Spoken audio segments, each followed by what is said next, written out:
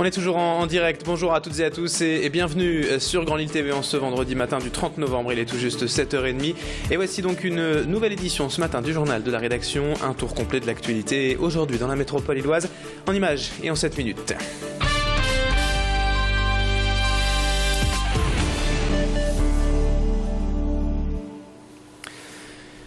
Et on démarre tout d'abord cette édition avec ces images de répétition de l'ONL hier pour une série de 2 concerts et une invitée de marque. La chef d'orchestre française Laurence Equilbé a en effet pris possession de l'Orchestre national de Lille pour ces 2 représentations. La première hier pour les étudiants de Lille 2 et la seconde ce soir à 20h au Palais Rameau. On pourra notamment y entendre le concerto numéro 1 pour violoncelle de Haydn, la harpe enchantée de Schubert ou encore l'ondin de Dvorak. A noter qu'il reste des places pour le concert de ce soir, entre 12 et 30 € et un programme varié et riche que nous détaille d'ailleurs la chef Laurence Equilbé après la séance de répétition hier au Palais Rameau au micro de Mathilde Espinas. Il y a un très beau concerto de violoncelle qui est joué par Pavel Gomziakov. Haydn a écrit 2 concertos et celui-là en do majeur est le plus connu, vraiment magnifique. Et puis en deuxième partie, c'est tout à fait un autre siècle et on entendra un des premiers poèmes symphoniques de César Franck qui s'appelle « Ce qu'on entend sur la montagne ». C'est son premier poème symphonique, il a 22 ans quand il écrit ça. Et il ouvre toute la voie des poèmes symphoniques. Et à côté, donc, on fait un poème symphonique de Dvorak qui s'appelle L'Ondin et qui est une histoire absolument extraordinaire d'un ondin. C'est un petit bonhomme vert qui kidnappe une jeune femme pour la mener sous l'eau. À la une de l'actualité, à présent, on revient sur l'affaire de la purée empoisonnée au détergent à Lambersart.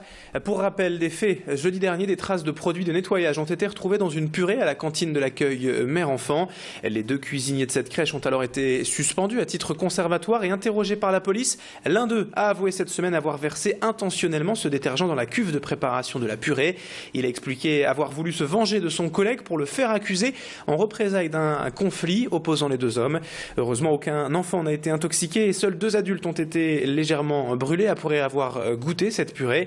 Les 2 cuisiniers ont été placés en garde à vue hier. On parle dans l'actualité ferroviaire à présent ce matin, puisqu'hier avait lieu la première édition du Girls Day à la SNCF. Une journée où des milliers de collégiennes et lycéennes dans toute la France étaient invitées à venir découvrir les métiers de la SNCF. Des métiers bien souvent exercés en très grande majorité par des hommes, mais évidemment tout à fait accessibles aux femmes. Pour convaincre, la SNCF a donc accueilli hier des dizaines de lycéennes de Marc-en-Barœul au technicentre d'Élem. Et l'un de ces techniciens leur a fait la visite accompagnée d'une cheminote qui, elle, dirige une équipe de 30 hommes à Dunkerque. Cette journée a été initiée dans le cadre de l'accord 2012 en faveur de la mixité et de l'égalité professionnelle. Retour donc sur cette journée avec Hélène Erlem, dirigeante de proximité à la SNCF, à propos justement de son expérience personnelle au micro de Mathilde Espinas. Il faut être attentive, je pense, dans un premier temps. Ensuite, il faut être à l'écoute, énormément à l'écoute, et savoir être directive quand il y a lieu. Je pense que c'est une fierté dans la mesure où j'ai prouvé qu'une femme était capable, je ne suis pas la première, je ne serai pas la dernière, je l'espère, mais capable de tenir un poste, parce que c'est pas facile tous les jours, il y a des hauts, il y a des bas, mais je sais me remettre en question et demander l'avis de mes agents.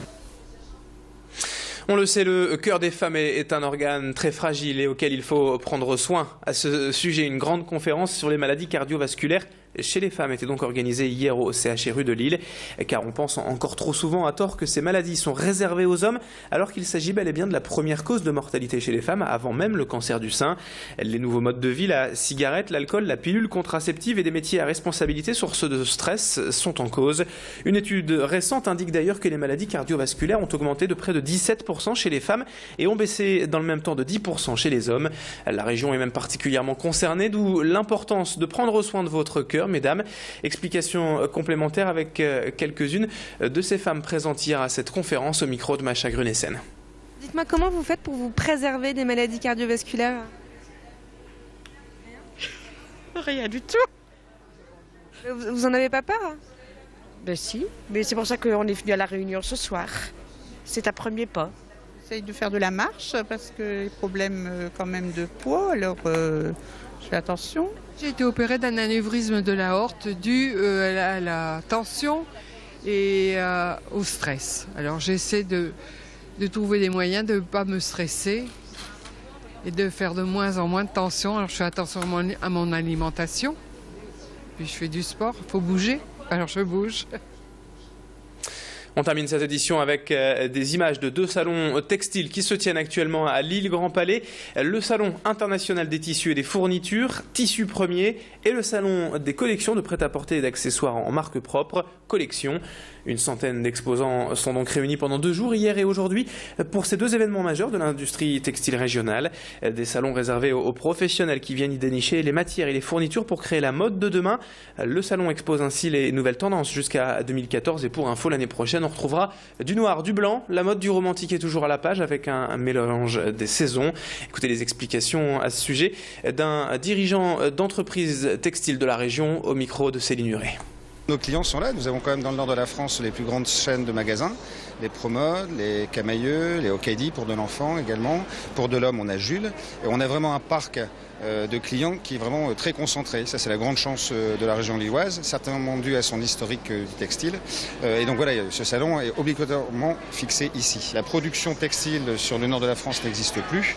Par contre, l'activité textile est toujours présente et continue notamment à travers les chaînes de distribution. On a toujours cette culture textile qui n'est plus faite sur la production mais sur la distribution.